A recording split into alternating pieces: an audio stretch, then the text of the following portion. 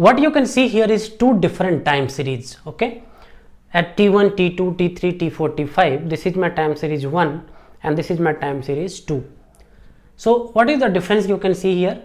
In time series 1, every next observation is plus 10 of previous observation. Okay, and in time series 2, every next observation is multiplied by 2 of previous observation.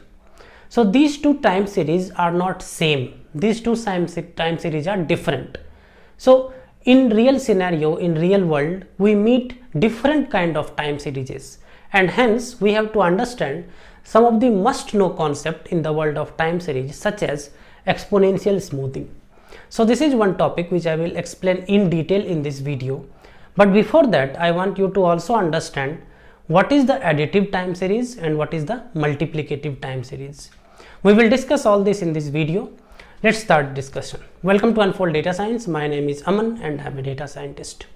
So here in the first time series, right, in the second time series, if you plot it, your first time series might look something like a straight line, okay, and your second time, not a straight line, something like a trend line, and the second time series might look something like this exponential movement, right? So we need to capture this so that we are able to predict the values for this time series. So as I told you, the time series can be broadly divided into three components. Okay, so in a time series there will be a trend component. Okay, there will be a trend component. In time series there will be a seasonality component,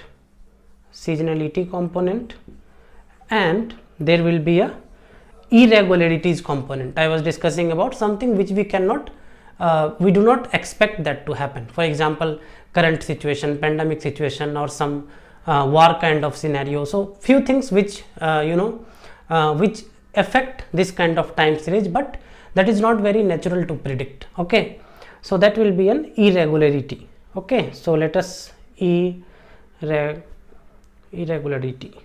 Okay, so let us represent this trend as tree, seasonality as S, and irregularity as I. So mostly all the time series will have these three components. Okay, so the difference between an additive time series and multiplicative time series is, in additive time series, your time series is a combination of T plus S plus I. Okay, trend component plus seasonal component plus irregularity component. Whereas in your multiplicative time series, your time series is a multiplication of T into S into I. Why I am telling you this is, now observe the relation here. So here it is a kind of additive time series, and here it is a kind of multiplicative time series. So these are at base level two types of time series that you have to understand. Now let us come to what is exponential smoothing. Okay, so in exponential smoothing, guys, let me omit one time series so that I can write here. So I told you other day that in time series there is a concept of moving average, right? So moving average means, what will be the moving average at T2?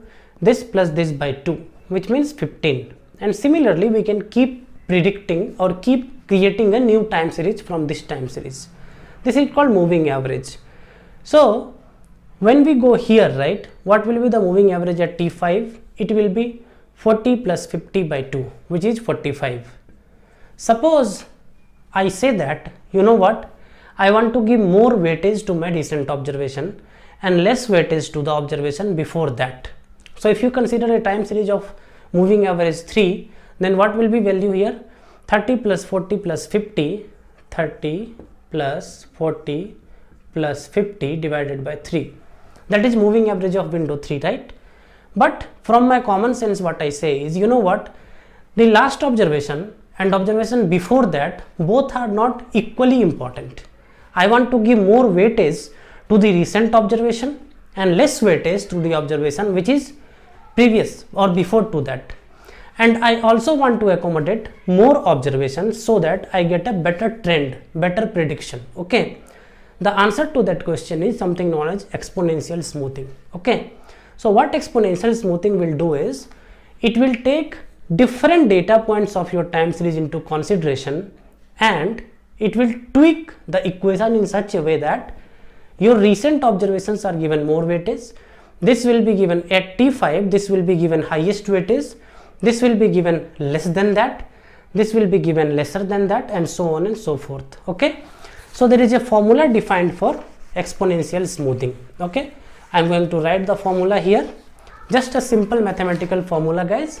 So as you can see here, y will be alpha times xt, okay, alpha times xt plus 1 minus alpha times yt minus 1.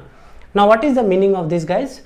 Y is equal to y at time t actually, okay, y at time t. So if we want to predict, or if we want to create a exponential smooth time series of this time series, then y at time t is equal to t5 will be alpha times x at t5. X at t5 means this value 50. Okay, so alpha times 50 plus 1 minus alpha times yt minus 1. Now when I say yt minus 1, then same formula comes, right? So this yt minus 1 will have this observation and this observation in the same pattern, right? So that will come here. So if you see, alpha is a number between 0 to 1. So let us say we put alpha is equal to 0.8. If we plug alpha is equal to 0.8, then 0.8 into 50, 0.8 into 50 plus 0.2 into the weightage to the previous terms, right? And that is how you are giving more weightage to the recent observation and less weightage to the observation before that, and at the same time we are considering all the observations as well. So what you saw now is known as simple exponential smoothing. Okay, this is known as simple exponential smoothing. There is other variety of exponential smoothing as well. Okay, so as I told you, time series data will have trend and seasonality component, right? So for doing all these kind of smoothing, we must also take care of the trend component and seasonality component, correct? How do you do that?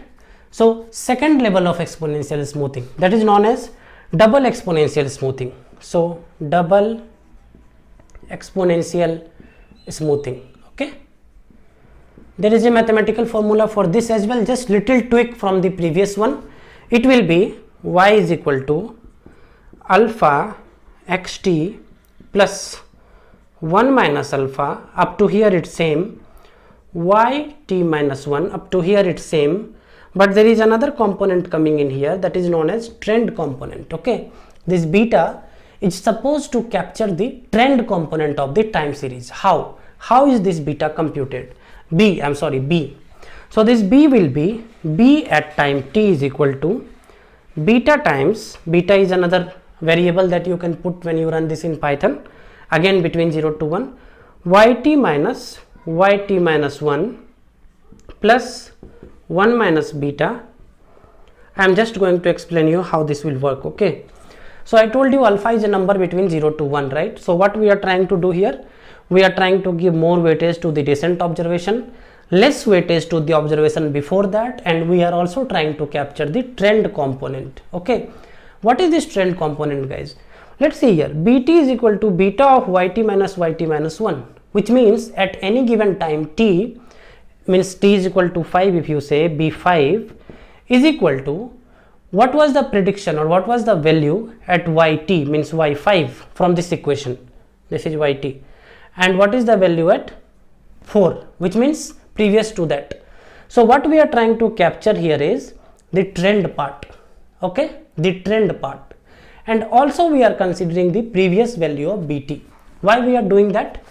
Because the trend will keep changing, right? So here the shift can be 30 to 40 and here the shift can be 40 to 45. So here the shift can be 10, here the shift can be 5. How do you capture that trend?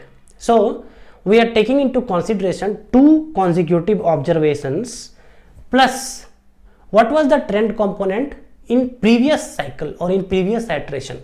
That component will come here, and when you run all these things in Python together, what will happen is it will give you the trend component as well as the exponential smoothing of your existing or original time series. Okay, that is about your double exponential smoothing. Now up to here we have discussed about normal smoothing and trend smoothing which includes trend as well. You no need to remember all these equations guys, just understand how it is working.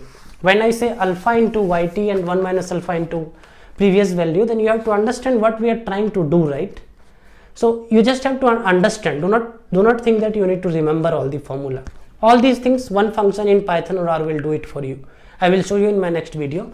Before that, the third version of exponential smoothing known as triple exponential smoothing. Okay, so triple exponential smoothing is nothing but another layer on top of trend exponential smoothing. So we need to capture trend and we need to capture the seasonality as well. Okay, so what is the formula for this?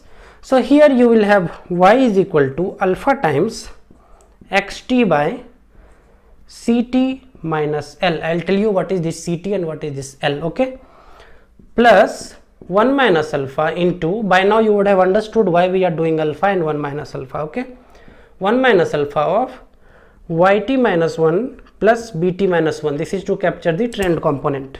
Okay, where bt is equal to same that we saw before, beta times yt minus 1 yt minus 1 plus 1 minus beta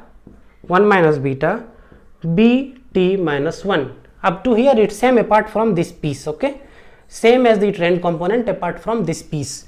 Now what is this piece? So how do you compute CT?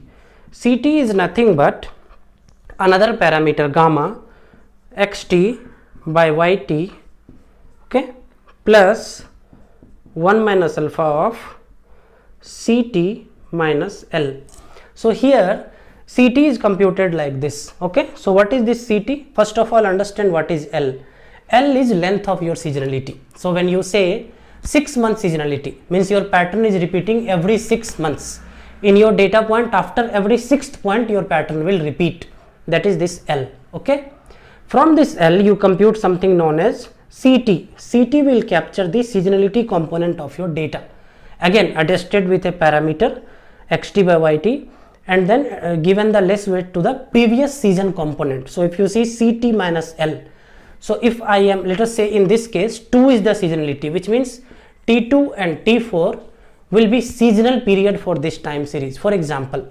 So here CT minus L means I am trying to get this CT, and I am trying to give weightage to this CT as well, that is the previous CT. Okay, you take this, you plug here, and then you predict the next value. This part we already discussed based on trend component. So with all these three you are capturing trend component, seasonality component, and normal exponential smoothing as well. What is the advantage of doing all this? The advantage is you will get in plain English, you will decompose your time series and you will make it easy to work with. Okay, in original form time series are difficult to work with because of many fluctuation, because of many deviations.